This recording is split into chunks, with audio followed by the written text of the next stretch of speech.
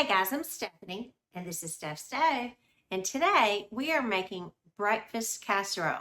Now, breakfast casserole is one of those things that's perfect for cozy season, and it's one of those delightful things that's just good any time of the day.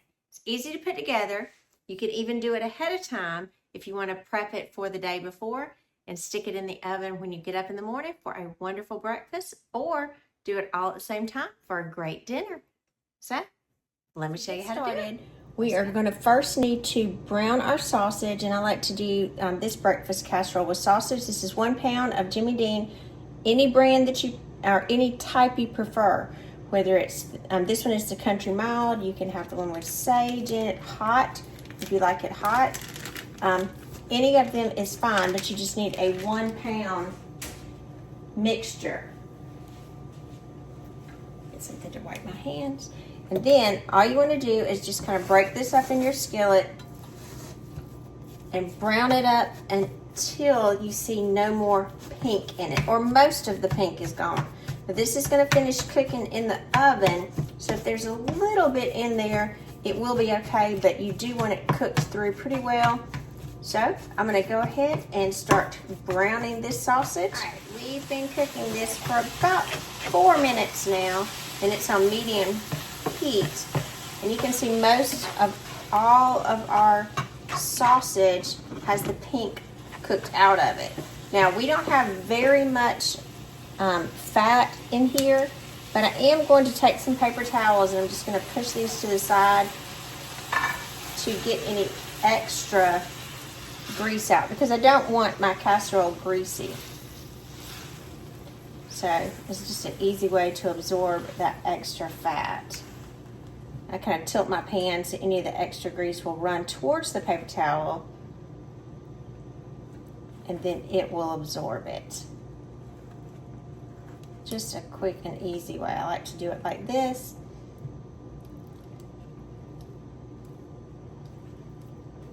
Just a little bit to absorb.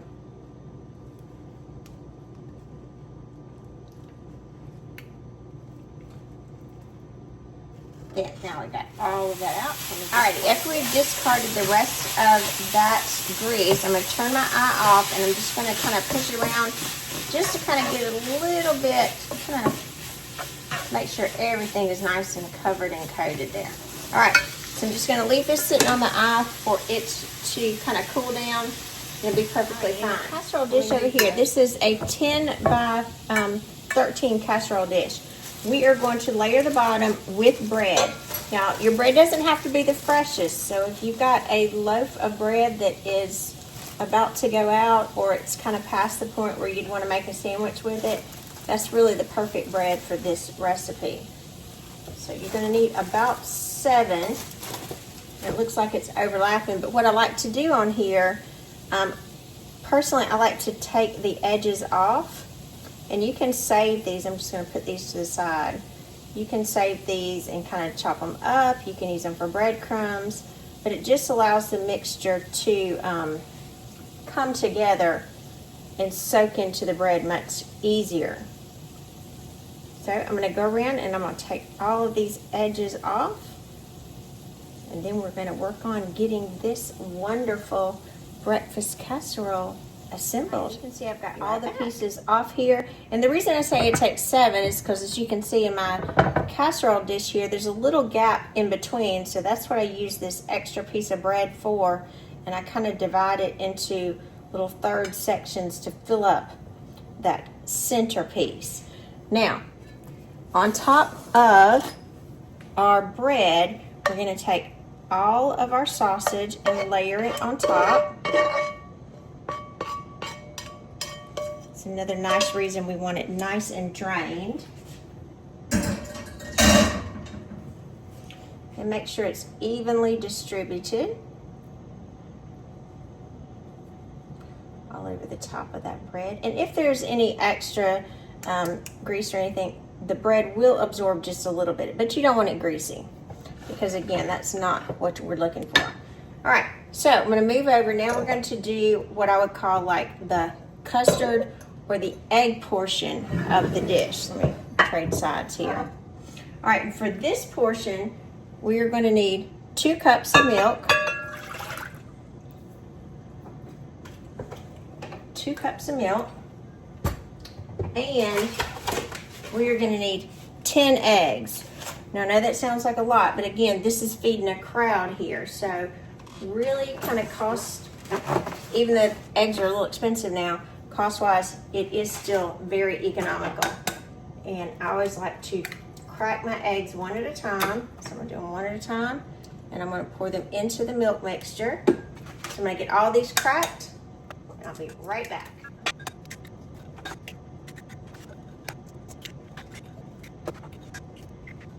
All right, now we have all 10 of our eggs cracked into our milk mixture. So we do need to add a little seasoning to this. We are going to add, and this is just some ground mustard.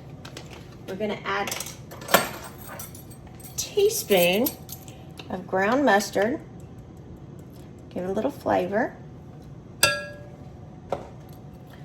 A teaspoon of salt. Let me grind out and see how close I get to my measure.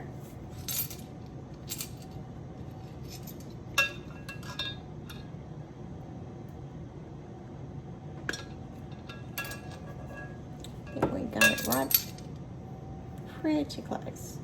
All right, let's grind the rest of it in there.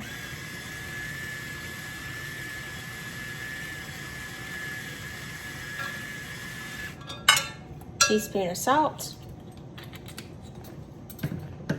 We need half a teaspoon of ground black pepper.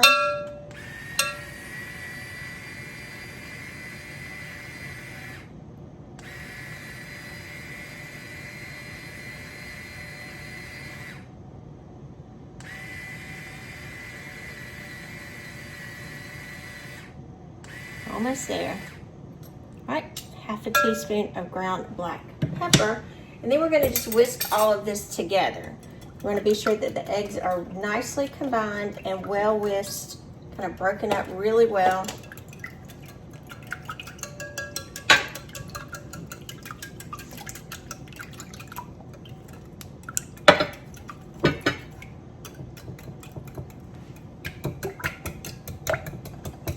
Down there and chop them all to be sure that they're together.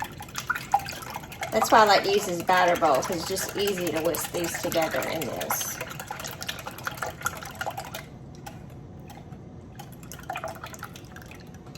If you wanted this a little richer, you could add some half and half, but whole milk is fine.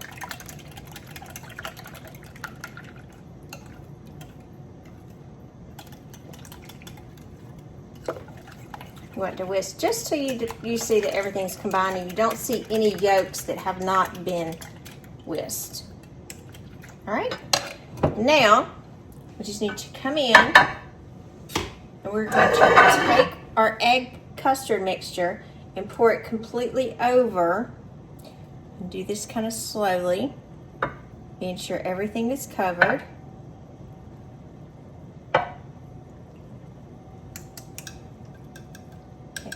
Clump of mustard right there.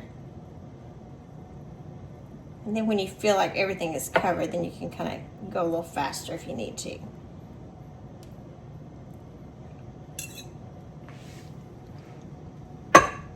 All right, get that all combined.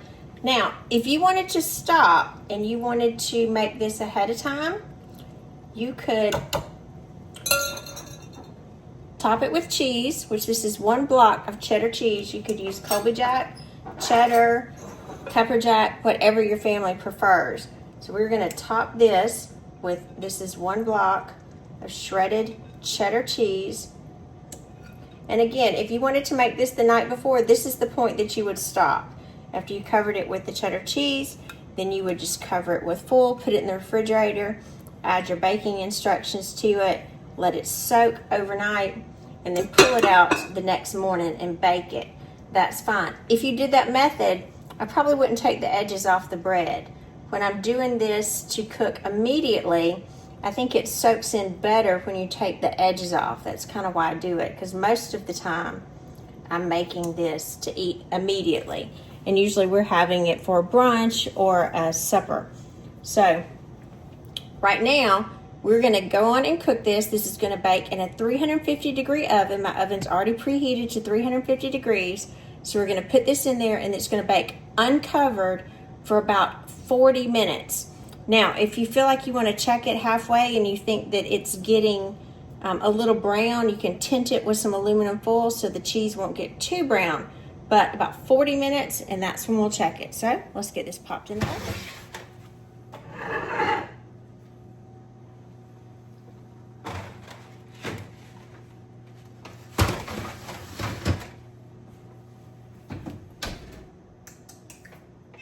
All right, our timer's going off, so I'm gonna stop our timer.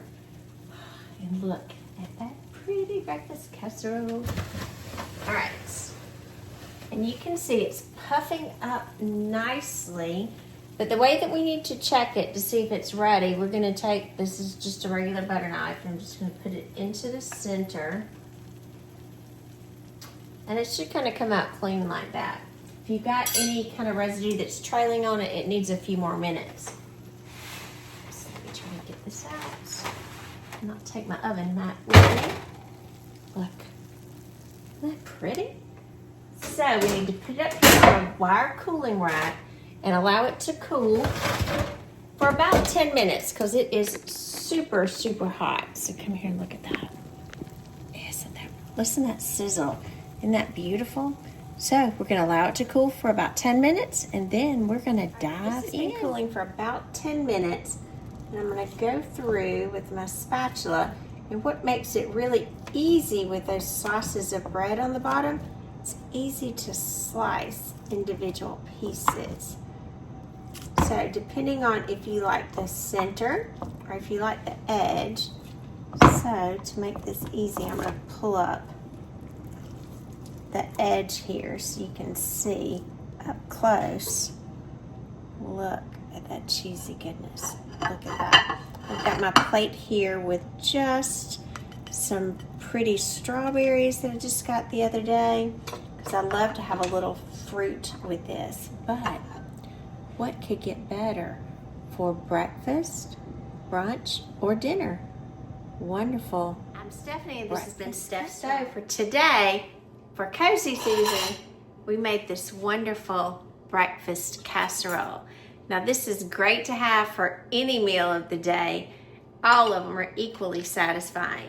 You can even make it in advance if you want to. So when you get to the portion before it's ready to be cooked, just put some tin foil over it, put it in the refrigerator overnight. It'll soak in beautifully, and then just get up and pop in the oven while you and your family are getting ready. But right now, I'm getting ready to dive into this. And I like the edge piece because I like those crunchy edges to it. But look at that beautiful piece. Sausage, cheese, eggs, a little bit of bread on the bottom, not much, but just enough. Mmm. Mmm. That is delicious. Mmm. Mmm. Just comforting, warm, just perfect, perfect. Mmm. Perfect for any meal. So remember, I'm Stephanie. This has been Steph's Stove. Give us a thumbs up. Click that subscribe button for more great content like this. Steph's Stove, we're making memories. One dish at a time. Thanks for watching, guys. Have a great evening.